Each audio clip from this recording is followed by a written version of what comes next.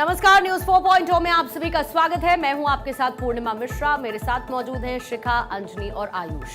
सबसे पहले बात प्रधानमंत्री नरेंद्र मोदी की, जो कि आज गुजरात के हंसलपुर में ई-विटारा को एक्सपोर्ट के लिए फ्लैग ऑफ करने पहुंचे।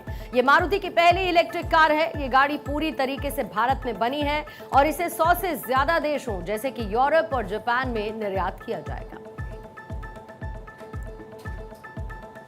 प्रधानमंत्री मोदी ने कार्यक्रम के दौरान लोगों को संबोधित करते हुए कहा कि आज मेक इन इंडिया में नया अध्याय जुड़ गया। आज से ईवी एक्सपोर्ट को भी उसी स्केल पर ले जाने की शुरुआत हो रही है जब दुनिया के दर्जनों देशों में जो ईवी चलेगी उसमें लिखा होगा मेक इन इंडिया। अब आज से ईवी एक्सपोर्ट को भी उसी स्केल पर ले जाने की शुरुआत हो रही है। अब दुनिया के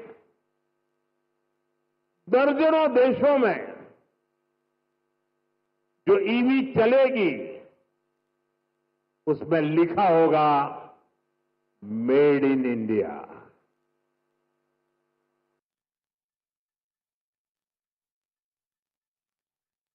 फ्रेंड्स, हम सब जानते हैं ईवी इकोसिस्टम का सबसे क्रिटिकल पार्ट बैटरी है।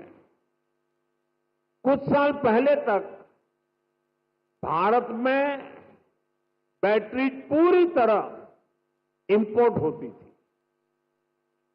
ईवी मैन्युफैक्चरिंग को मजबूती देने के लिए ये जरूरी था भारत बैटरीज का भी निर्माण करे।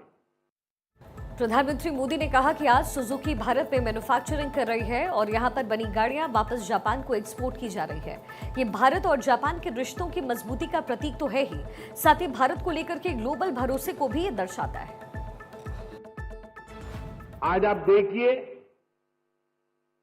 सुजुकी जापान भारत में मैन्युफैक्चरिंग कर रही है और जो गाड़ियां बन रही है वो वापस जापान को एक्सपोर्ट की जा रही है।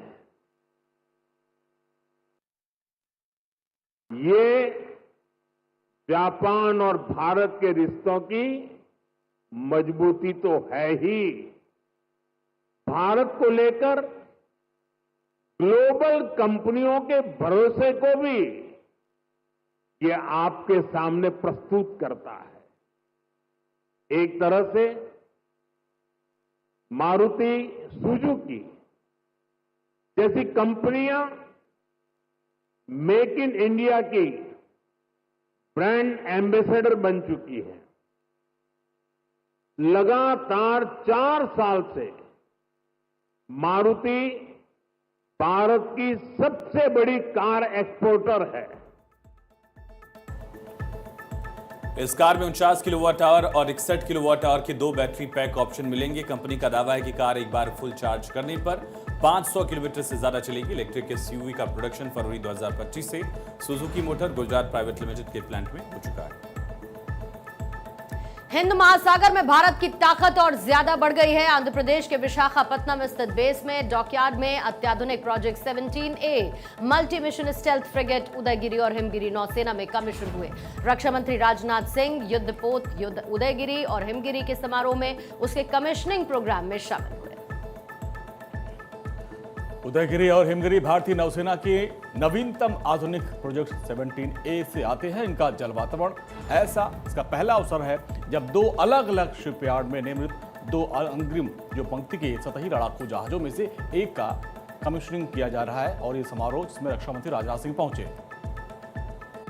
INS उदयगिरी और INS हिमगिरी की कमीशनिंग आत्मनिर्भर भारत के सपने की एक साकार होती तस्वीर है। साथ ही हमारे विजन और कमिटमेंट का भी मैं मानता हूं कि यह प्रमाण है। मैं इंडियन नेवी को इस अवसर पर और विशेष बधाई देता हूं। INS उदयगिरी और INS हिमगिरी के शामिल होने से हमारी नेवी की स्ट्रेंथ, उसकी रीच और उसकी रेजिलियंस में भारी बढ़ोतरी होगी, ऐसा मेरा विश्वास है। मैं पूरे विश्वास के साथ कह सकता हूं कि दोनों वारसित राष्ट्र की सुरक्षा के क्षेत्र में एक मील का पत्थर साबित होंगी।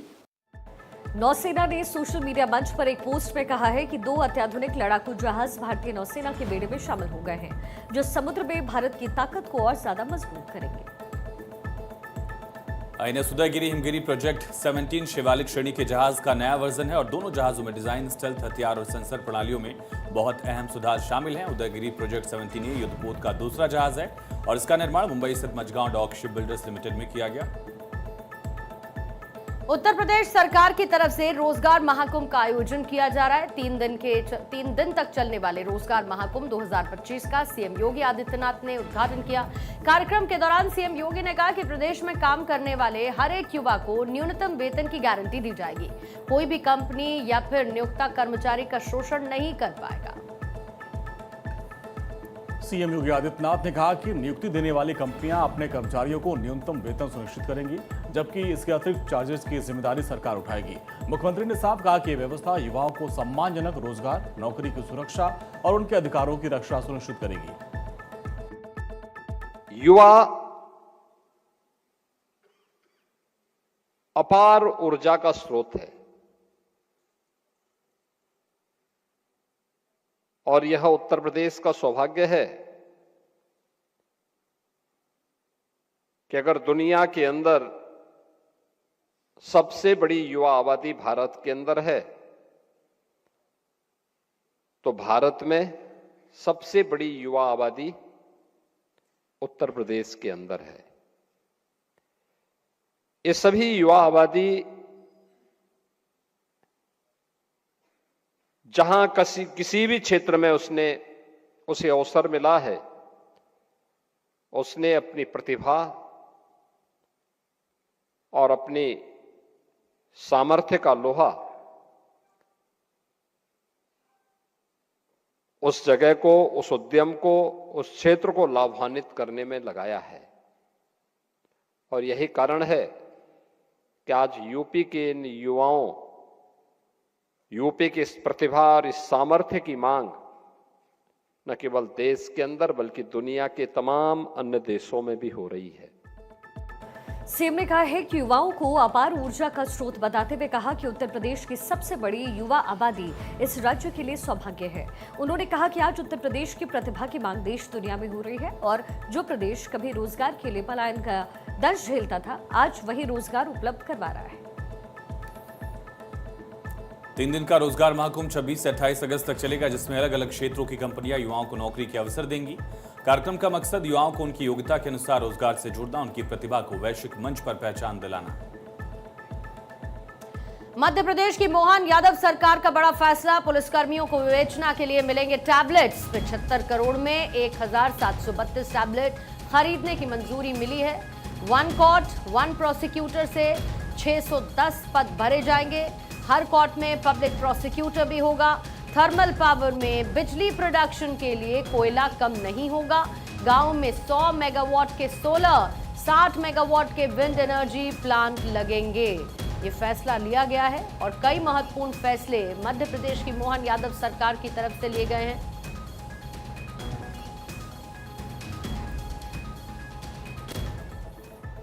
इंडी गठबंधन से उपराष्ट्रपति पद के उम्मीदवार बी सुदर्शन रेड्डी आज लखनऊ में पहुंचे। एयरपोर्ट पर बी सुदर्शन रेड्डी का समाजवादी पार्टी और कांग्रेस कार्यकर्ताओं ने जोरदार स्वागत किया। सपा के प्रमुख अखिलेश यादव ने शॉल भेंट कर उनका स्वागत किया। अखिलेश यादव ने कहा कि आज जिन राजनीतिक परिस्थितियों में चुनाव होने जा रहे हैं, हम लोग न्याय की लड़ाई लड़ रहे हैं। उसमें न्यायमूर्ति से बेहतर क्या हो सकता है? न्याय को लेकर, हक को लेकर, विचारधारा को लेकर इससे बेहतर प्रत्याशी कौन हो सकता है? इनसे बेहतर विकल्प और क्या हो सकता है? हमें उम्मीद है जो न्याय के पक्षधर हैं वो अपनी अंतर आत्मा की आवाज पर हमारे कैंडिडेट के पक्ष में वोट डालेंगे। भाजपा उपराष्ट्रपति जैसे पद को एक विचारधारा विशेष से बांधना चाहती है। ये देश हित में नहीं है, इसलिए हम अपने अधिकारों का सदुपयोग करते हुए अपना उम्मीदवार खड़ा कर रहे हैं।